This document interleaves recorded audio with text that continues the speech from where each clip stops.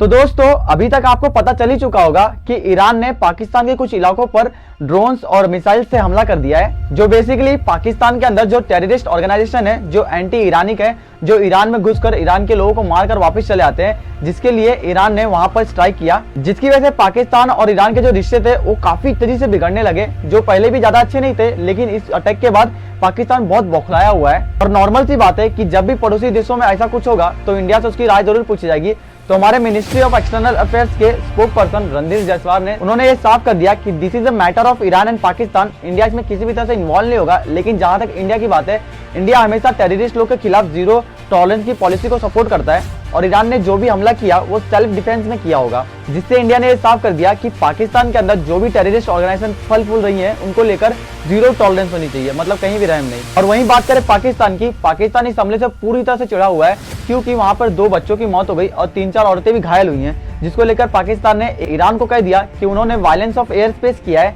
क्योंकि ईरान ने ड्रोन्स और मिसाइल्स के यूज से अटैक किया था ये वाला। लेकिन ईरान का कहना है कि उन्होंने जो भी हमला किया है वो सुन्नी मिलिट्री ग्रुप्स के ऊपर किया है। तो दोस्तों ये सुन्नी मिलिट्री ग्रुप्स क्या है मैं आपको आगे वीडियो में बताऊंगा। बेसिकली ये हमला एंटी ईरानी एक कम्युनिटी है जैश अल अदी के ऊपर किया गया है, जो 2012 में बनाई गई थी। ये बेसिकली क्या करती है, ये पाकिस्तान से ईरान में जाती है और ईरान के मिलिट्रीज को मारती है और वहां से वापस चली आती है। इस बात को लेकर ईरान ने कई बार पाकिस्तान को बोला भी था कि आप यहाँ पर इस लोकेशन पे जो टेररिस्ट ऑर्गेनाइजेशन है उनका कुछ कीजिए, इससे हमें हार्म होता है। लेकिन पाकिस्तान ने बार बार इन चीजों को इग्नोर किया, जिसकी वजह से ईरान ने सेल्फ डिफेंस के रूप में ये हमले किए। और अभी आप इस मैप को देखिए, आपको इस मैप में समझेगा कि पाकिस्तान किस तरह खुद ही फंसते जा रहा है। अभी आप इस मैप को देख रहे हैं तो यहाँ पे देखिए पाकिस्तान से और इंडिया के जो रिश्ते हैं बहुत खराब है, जिसकी वजह से ये जो बॉर्डर है यहाँ पे तो हालत वैसे ही खराब रहते हैं, आप सभी को पता ही है। और बात करें अफगानिस्तान के बॉर्डर की, तो अफगानिस्तान के बॉर्डर पर तालिबानी लोग हमेशा यहाँ पे कंटिन्यू हमला करे जा रहे हैं। अब जो पाकिस्तान का 3rd बॉर्डर है वो ईरान का, जहां से अभी मिसाइल्स आई हैं, ड्रोन्स आए हैं, अगर पाकिस्तान अटैक करने का भी सोचता है तो वो एक तरह से फंस जाएगा, क्योंकि 3 बॉर्डर पे एक साथ वो जंग नहीं लड़ सकता।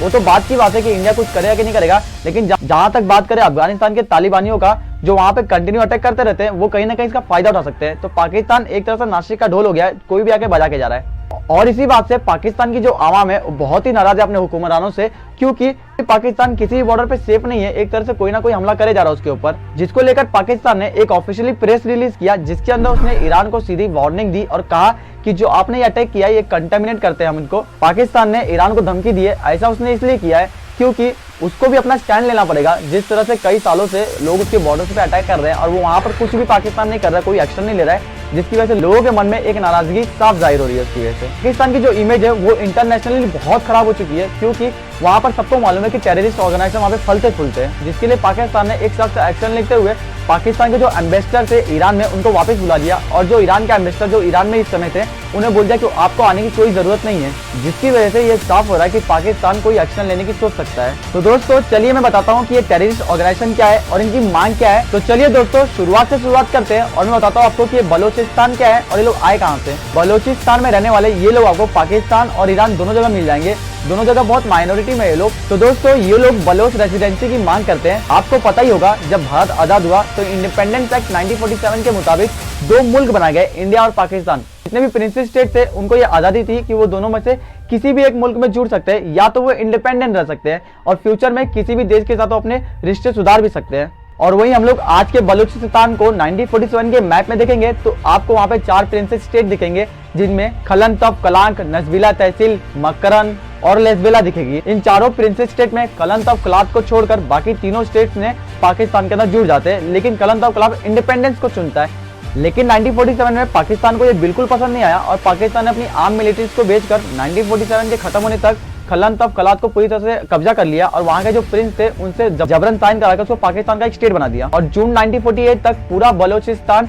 पाकिस्तान का एक राज्य बन के रहता है बंदूक की नोक पर। लेकिन बंदूक की नोक पे जो हासिल किया गया बलोचिस्तान था वो घुटने नहीं टेकता और यहीं से बलोचिस्तान की एक असली बगावत जन्म लेती है। जहां तक मैंने आपको बताया कि पाकिस्तान ने कैसे खलन तफ कलाक पे कब्जा किया और वहीं पे खलन तफ कलाक के जो प्रिंस थे उनके जो छोटे भाई थे प्रिंस करीम खान ने पाकिस्तान की इस बात को मानने से बिल्कुल इनकार कर दिया और यहीं से बलूचिस्तान की आजादी का जो झंडा था वो बुलंद हुआ। पाकिस्तान से बगावत का जो बिगुल था उसे भी फूंक दिया और पाकिस्तान में रहकर ये सब चीजें करना पॉसिबल नहीं था, जिसके लिए उन्होंने अफगानिस्तान में शरण ले ली। अफगानिस्तान में रहकर जो विद्रोह था उसे जारी रखा और तब से लेकर आज तक 77 साल हो चुके हैं, लेकिन आज तक वो बगावत चली रही है। और पाकिस्तान के अंदर जो बलूचिस्तानी लोगों का विद्रोह है वो बहुत तेजी से बढ़ने लगा है। अगर आप बलूचिस्तान को देखोगे तो वहाँ पे कोल, गोल्ड सब कुछ है, जिसकी वजह से वो एक अपनी खुद की पहचान बना सकता है, जिसको लेकर वो बहुत सालों से संघर्ष कर रहा है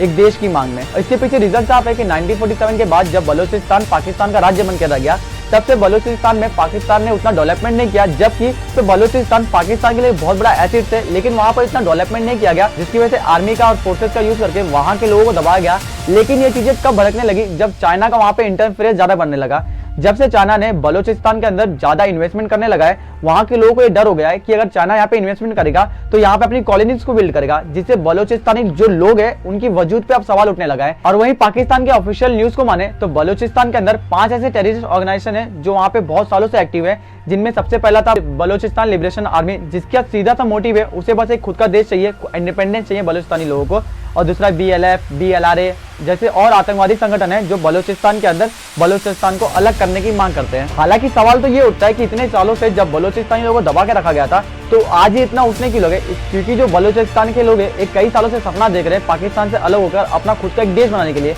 लेकिन चाइना का जो इन्वेस्टमेंट है वहां पर जो तेजी से हो रहा है, जिसकी वजह से अब कहीं ना कहीं चाइना भी वहां पर अपनी हिस्सेदारी मांग सकता है। इसकी वजह से जो बलूचिस्तानी लोगों का सपना है अलग देश बनाने का, वो सपना ही रह जाएगा, बस एक चाइनीज कॉलोनी बन के रह जाएगी वहां पर। क्योंकि पाकिस्तानी गवर्नमेंट ने बलूचिस्तान में जो पोर्ट था ग्वादर पोर्ट, उसको 40 साल के लिए किसी चाइनीज कंपनी को लीज पे दे दिया, जिसकी वजह से जो बलूचिस्तानी लोग हैं वो काफी नाराज हो गए। तो दोस्तों यही कारण है जिसकी वजह से 5-6 सालों में जो बलूचिस्तान की मांग है वो तेजी से बढ़ने लगी है। अभी तक आपको समझ में आ ही गया होगा कि बलूचिस्तान क्या है, और अगर आपको बलूचिस्तान का इतिहास जानना है तो आपको इस वीडियो पे कम से कम 30 कमेंट करने पड़ेंगे बलूचिस्तान के लिए। मैं फिर से वीडियो जरूर बनाऊंगा।